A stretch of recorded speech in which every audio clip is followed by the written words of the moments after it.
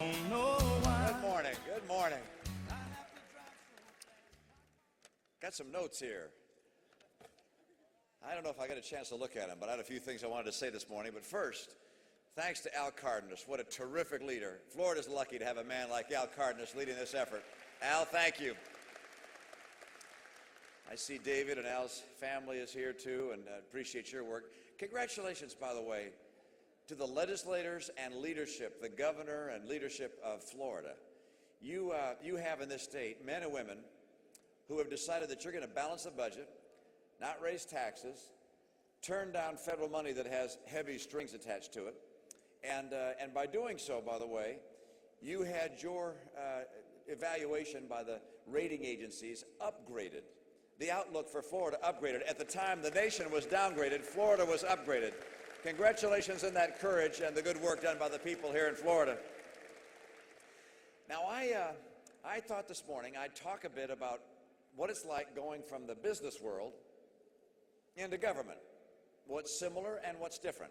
And I'm asked all the time, is it harder being in government than it is being in business? And I'm sure you presume it is. No. It's harder doing what you do in the private sector than it is being in government.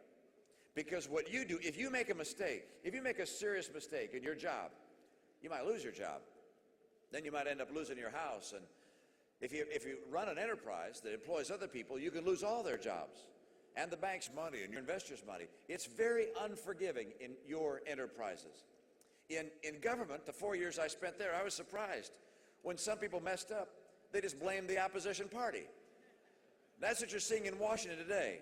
You're seeing a president who doesn't know how to govern, who doesn't know how to lead, who doesn't know how to balance a balance sheet, but he sure knows how to campaign and blame. And we need a president that knows how to lead.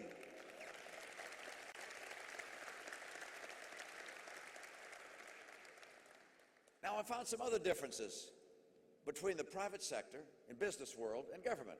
One is the use of data. In the real world, in the private sector, you look at numbers and try and figure out how those numbers inform what you're going to do. In government, they have tons and tons of data. I mean, they produce mounds of information and data. They just don't look at it. I mean, I came into office, they said the best thing you can do to improve your schools is to reduce the classroom size. And I said, well, does anyone ever look to see if the data supports that? And they looked at me like I was speaking a foreign language. We had 351 different cities and towns in Massachusetts. We test our kids every year to see how they're doing. So I could find out for every one of our school districts, their average classroom size and how well their average child was doing. And so I plotted the one versus the other, classroom size against student performance. And guess what? There was no relationship at all. As a matter of fact, the district that had the smallest classrooms and spent the most money per pupil, Cambridge, Massachusetts, scored in the bottom 10% of how the kids were doing. So the data is used in the private sector. By the way, what was the answer to improving schools? School choice, recruiting the best teachers in the world, making sure that we evaluated how our kids were doing. And we also put in place something called the John and Abigail Adams Scholarship Program. If you take our graduation exam and pass it, and you pass it in the top quarter of those that take the exam, you're entitled to 4 years tuition free at our state university. And by the way, you got to be a legal resident of the United States of America to get that.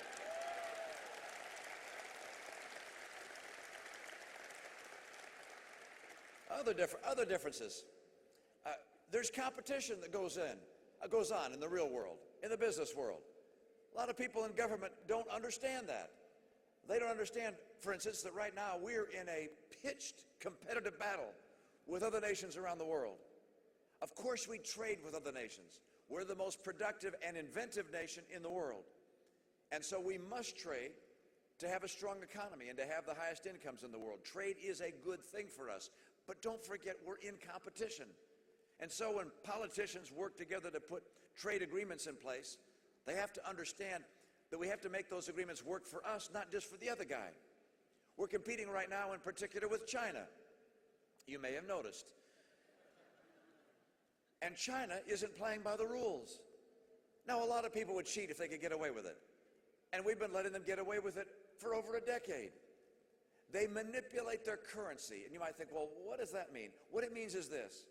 They make their currency seem like it's worth much less than it actually is by pegging it to the dollar at a very low level.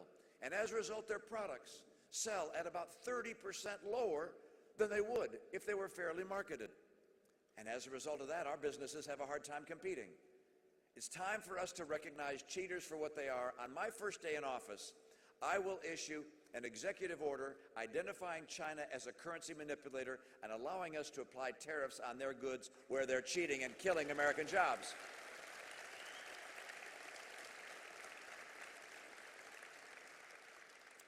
There's another difference between government and the private sector. People in government don't tend to understand the power of incentives. They think, for instance, if you raise taxes a whole lot, it won't make any difference in the way people behave. They just calculate they'll keep doing what they did in the past, and then they add up the new numbers they think government's going to get. It doesn't work that way. I remember I was looking at the budget in our state. There was a line in there for homeless shelters, and I said, what's this sub-account here for hotels under homeless shelters? They said, oh, Governor, you have to understand, if someone comes to a homeless shelter and we're full, we tell them go to a hotel and we'll pick up the bill. I said, I bet the word gets around, you know. So I changed the incentive. I told them immediately put in place this new rule, which if someone comes to a homeless shelter and it's full, you tell them you'll make room. And the person who's been there the longest, 3, 4, 5 months, they get to go to the hotel. Now, before that change in incentive went in place, guess how many rooms a night we were renting in Massachusetts? 599 rooms a night on average, in the tens of millions of dollars of cost. After we changed that incentive, you know how many rooms we rent a night? Zero. Zero. Incentives make a difference. Now, I hope the folks that care about immigration understand that power as well. I love legal immigration. This is the land of opportunity and freedom. I want people all over the world to come to this country legally. There are 4.7 million people in line hoping to come here legally. I want the best and the brightest and the freedom lovers of the world to get in line and to ultimately become legal residents of the United States of America.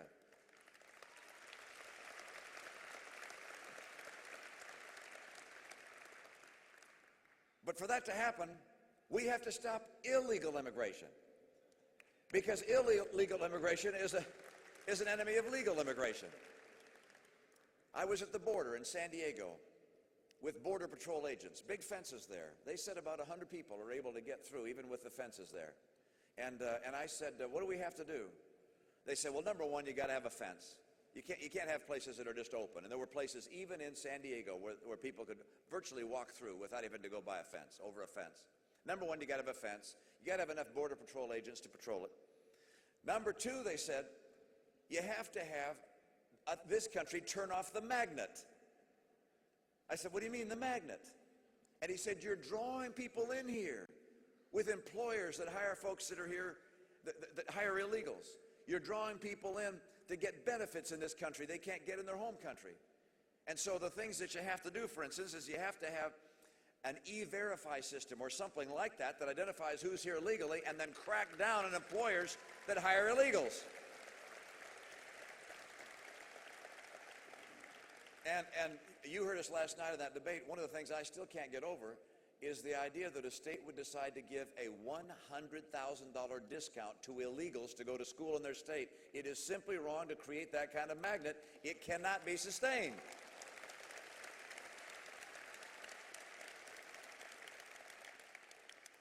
Now, my friend Governor Perry said that if you don't agree with his position on giving that in-state tuition to illegals, that you don't have a heart. I think if you're opposed to illegal immigration, it doesn't mean that you don't have a heart. It means that you have a heart and a brain.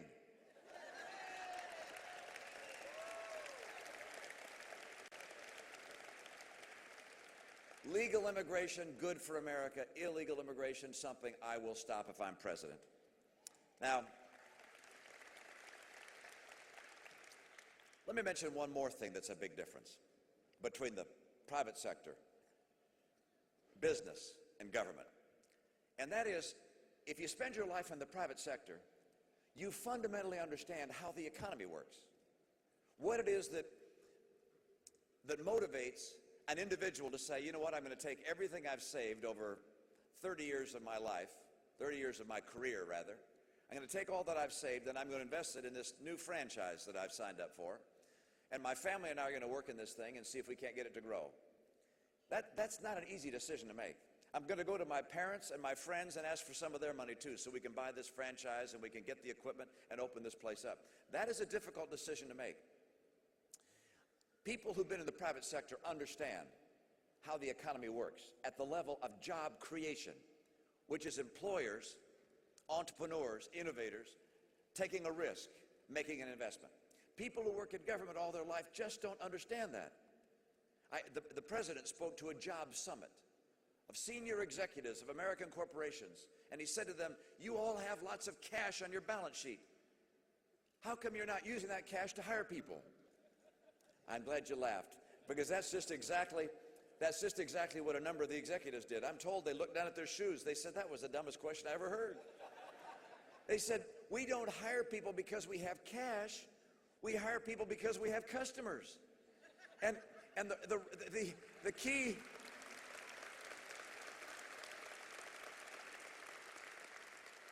don't be jealous of enterprises with cash. Encourage the economy. I remember time and time again just being distressed at the fact that people inside government don't understand how the economy works. And that's why when this economy was in a slide as the president came in, he did everything wrong because he doesn't have a clue how the economy works. He put in place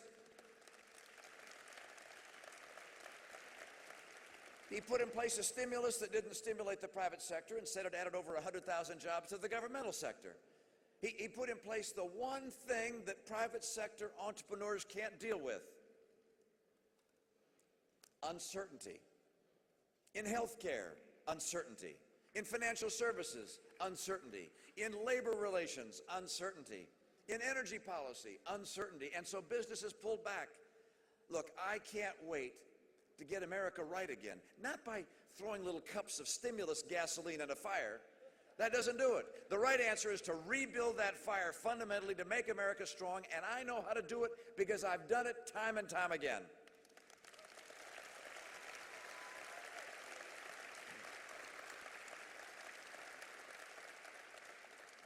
You heard me say last night, I'll say it again, and you know this. All across America, at kitchen tables, there are people sitting with their calculators and their checkbooks wondering if they can make ends meet. All across America, sitting across kitchen tables, there are people filling out job applications, recognizing that there are at least 100 or 200 people applying for the very same job they're applying for. Right now, people are scared. They're worried. They don't need to be. This is the greatest nation in the history of the earth for a lot of reasons.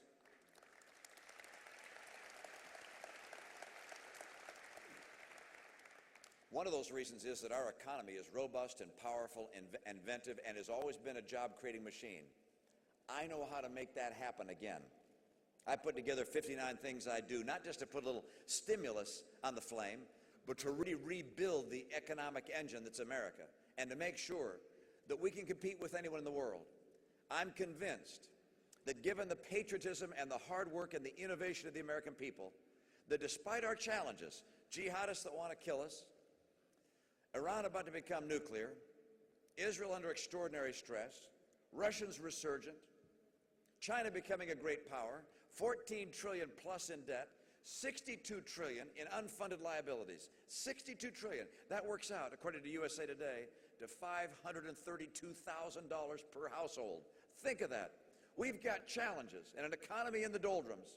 Despite all those challenges, given the strength of the American people, our love of freedom, our love of this land, if we have leaders that will tell the truth and live with integrity, and who, by virtue of their life experience, know how to lead and where to lead our economy, we will remain the engine of economic vitality we've always been, the strongest nation on earth, and the hope of the earth. And I intend to be one of those leaders with your help.